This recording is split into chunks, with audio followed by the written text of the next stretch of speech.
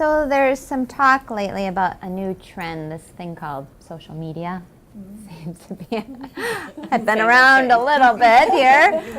Is it here to stay? Is it going away? How do you feel about that, Laura? Would you love it to just go away, go back to all paper? Or? No. No. No.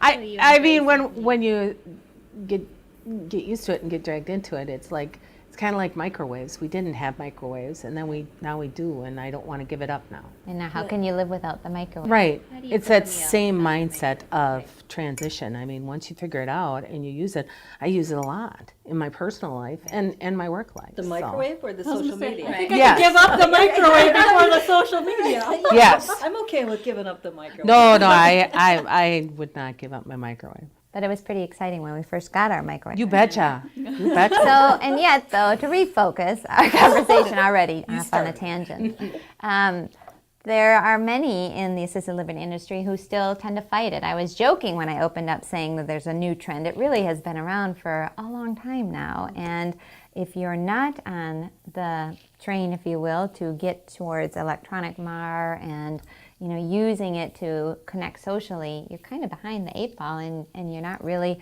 competitive. So, Brianna, what are your thoughts on how do we embrace it? Do we fight it?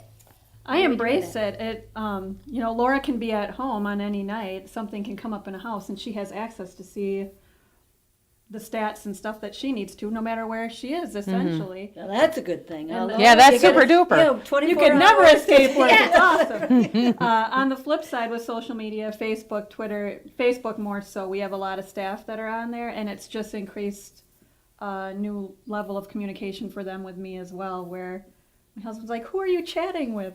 Well, an employee. But again, it meets the millennials, and it's fun to see what they're doing in their lives. It's fun to share parts of our lives with them, I think. So I know there's people that would absolutely disagree with that and feel that work is work and you don't get involved with personal business. So what are your thoughts as an owner in the business about connecting? Yeah. I didn't really come up through the traditional healthcare background, so the whole training about boundaries and not connecting with patients and all of that, I missed all that training. You didn't get that memo? I didn't get that memo. And so here I thought, when I came in from a accounting business kind of background, what the wonderful part about this is connecting, getting to know people, the whole aspect that I felt was missing when you're auditing. So I embraced Facebook right up. Well, I did it because it was my 40-year high school reunion, and they said I couldn't be on the committee if I didn't join Facebook. But then, once I joined Facebook, I started to understand just how deep you can be connected to people. I know my cousins better now. I know our employees better now. I know kids I went to high school with. Well, they're not kids anymore. They're my age, but they grew up too. So they did. So funny how that happens. I really think that people are afraid it's going to make us disconnected, but I don't find that. I don't request an employee to be my friend because I don't want them to feel like they have to. But if any employee that asks me to be their friend, I accept everybody. I don't put stuff out there. I'm conscious and aware that the stuff I put out there represents who I am as a person. So I try to represent myself well, and I think it reflects the person that I really am, though. I feel like, how you think we've been on company Facebook like 3 years as individuals and employees, that at first I felt like there were a lot of people misrepresenting themselves, or they were coming across as people that you think, well, why are they saying that in public? Or I find that as we like the good stuff, ignore the bad stuff, or if there is something bad that we feel we should address, we address it privately, not on Facebook. I think we've actually seen a trend toward a more positive, upbeat kind of Facebook posting in our crowd. Yeah. You agree? Yeah, and I think, initially, you see it on Facebook all the time, Facebook especially, and Twitter a little bit, that people, what they're feeling at that moment, sometimes they fire it off and they don't even think about the consequence. But then when you have a conversation and say,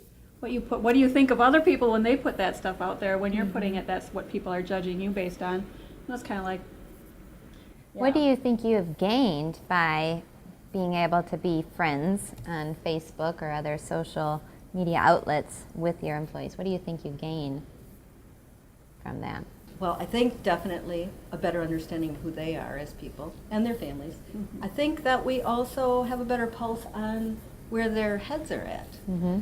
That when there is trouble in a home, if there is maybe some morale issues, or you can pick up on it and you can actually get involved, and not in the public arena, but we can, I think it's brought an awareness to us. I think it's a way to, it's a two-way street. I think that it brings awareness to us. So, oh, this person is struggling with this thing, and it might not even be in their house. Maybe it's someone in their family, Right. or, you know, Right. and they get to know us as people, because I don't use Facebook as a public platform to promote me, but I also wouldn't put anything on there I wouldn't want my family to see, or how I want to conduct myself in life is how I conduct myself in Facebook. And so I think they really get to see less of Laura the nurse at work and more of who I am. And for you guys, especially in each of your roles, while you're in the homes, you're not there every day.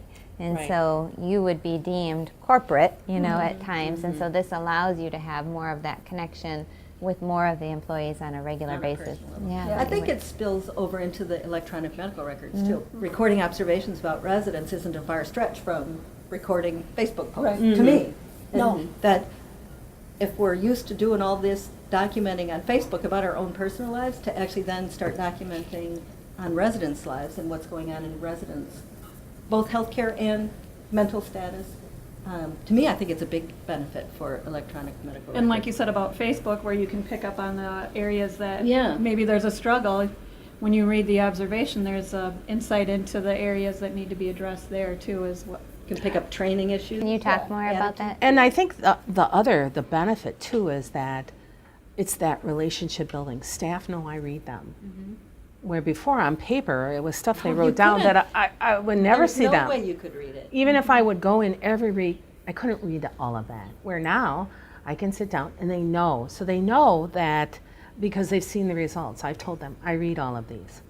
And so if they have a concern, they put it in there. Sometimes they might not put it in the most articulate way, but I always follow up with it.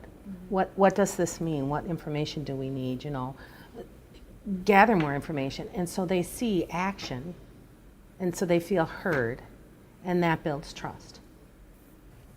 So I'm hearing on one level already that the benefits of being socially connected in several different venues is to actually build relationships with your employees, to build trust, to build accountability, that they know you're going to be checking on them. But for somebody that hasn't made that leap yet to the electronic medical records, talk about that transition. And, you know, was it scary? Was it daunting? How do you prepare them, and what have you seen the benefits? Have there been benefits in moving towards the electronic medical record? I think in a supervisory capacity, it's much improved our ability to know what is happening today. And even looking at their medication administration records, and being able to say, hey, did this happen? You know, oh, look, we're giving a lot of this. Why is that? Is there something up? Maybe something that's not communicated in another way. The ability to not shuffle a million papers in a binder, but have them in one spot, to be paperless. Because as a leader, you could spend your whole day just shuffling through binders. Versus when you're in the EMR, you're in there, you see more things, you're connected more with the resident, you see documentation as it happens, Things or can be doesn't flagged happen as it. important or People critical. notice trends more often. We notice this happens every night at 5 o'clock.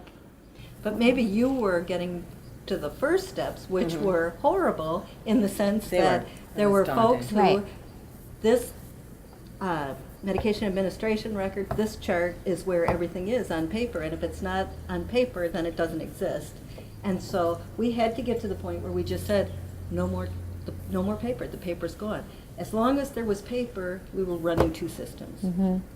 Right? And getting the information in initially is a Herculean task. You know, even if you have a small home of 9 people or a home of 17 or a home of 100, it's a Herculean task to transition. And so hanging on to the paper, the longer we hung on to paper, the harder the task became. And once we said, okay, no, now we're done. This is what we're going to do. It transitioned far more quickly. Isn't it risky, though, to get rid of the paper?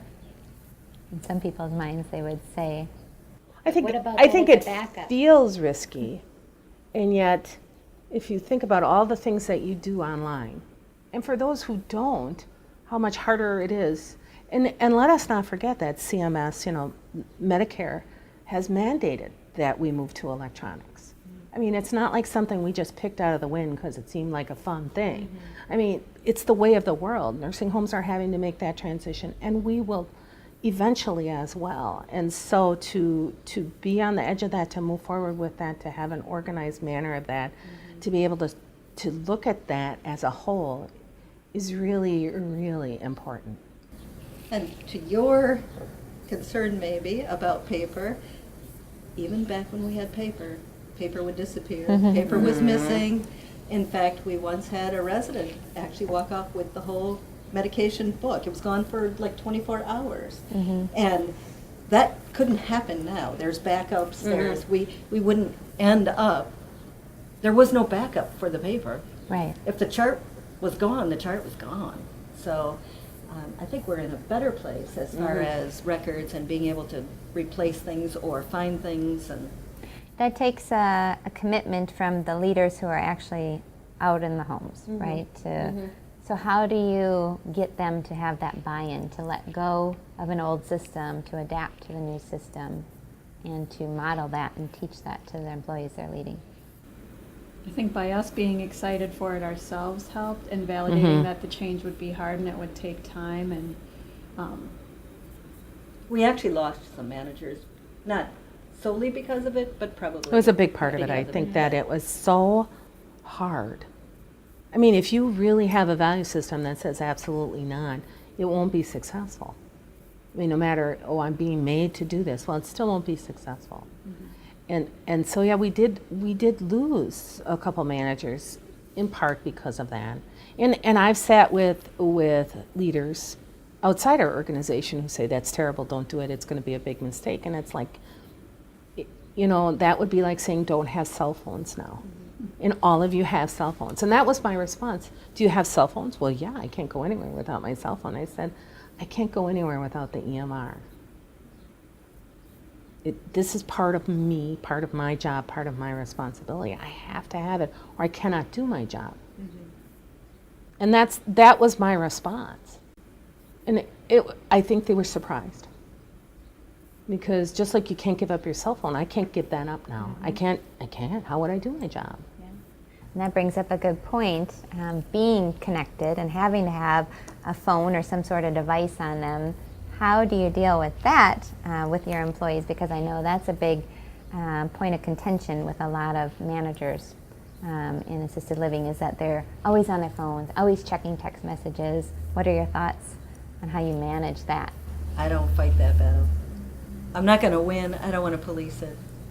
I think there's enough evidence, environments like Google, and where if you allow folks to intertwine their personal lives and their work lives, they're happier at work. Many of our employees are single moms.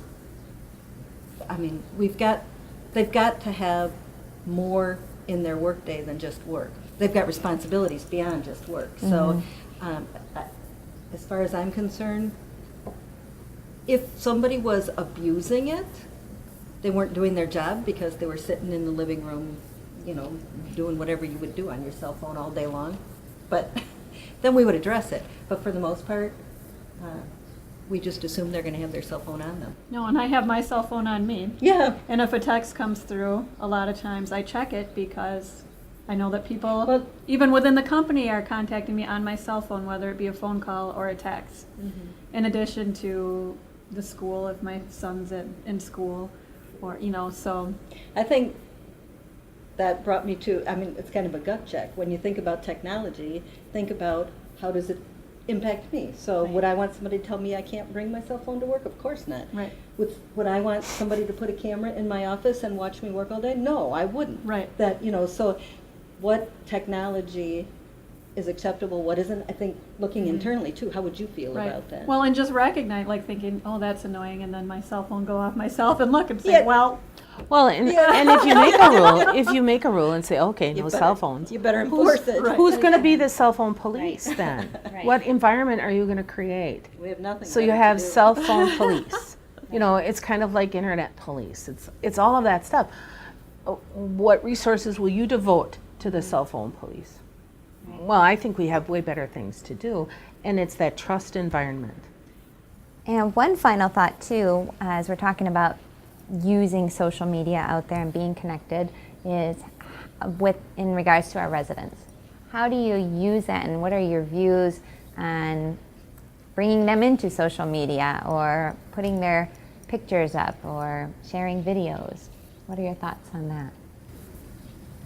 We have a Facebook page for the company, and the residents enjoy being on there. If there were a resident that didn't want to, we've got releases on the folks who do want to be on there. They're just like the rest of us. They get a kick out of being, getting likes too. We had a resident who he got over 500 likes, and even his family was thrilled about the whole thing. So we do have policies about taking pictures in the home. We've got actual video or cameras in the home, video cameras, and that's what they're supposed to use, not their cell phones. So there are policies, but for the most part, I think everybody respects the residents. And I think we've really evolved. I had served on the school board, as you guys know, for several years, and I can remember back several years ago when our administrator was very hesitant to allow any photos of children anywhere electronically, because that was just where we were at. And now fast forward, and there is a sign off or a waiver, if you will, at registration time for students too. And this past year, not one parent signed off to say that they did not want their child on the website, or used in any sort of media, because that's where we're at. That's where we want to see what promote. fun's going on. Yeah, we want to see our children out there, and that's just the world we live in. So I think we've evolved so much that we can use it from connecting residents to other family members, to promoting what makes you unique, as a marketing aspect too, to show the fun. and acknowledging the great things that our staff are doing with Yes, residents and how much exactly. fun the residents are having doing it. Right. Right. They make a fancy cake. They get credit for it. They Well, have a and family fun members party. really, that is a way for them to see, look, there's my mom. Right. It's her birthday. Yeah. How cool is that? Even Yeah. family members of residents that aren't with us anymore still are on our Facebook page regularly. So Right. it's a way for us to stay connected with them because we become one big extended family. Right. So for social media, it doesn't look like it's going anywhere. It only looks like it's going to continue to evolve and grow. And our job then is to find ways that fit the culture, what we want to convey to connect with our residents, connect with the family members, to connect our employees. And guess what? Those millennials probably would love to help out on that technology piece. So it's a better way to engage them and grow their skills with the talents they bring too. So I appreciate your perspectives on how do we tap into and use a social media outlet that's out there.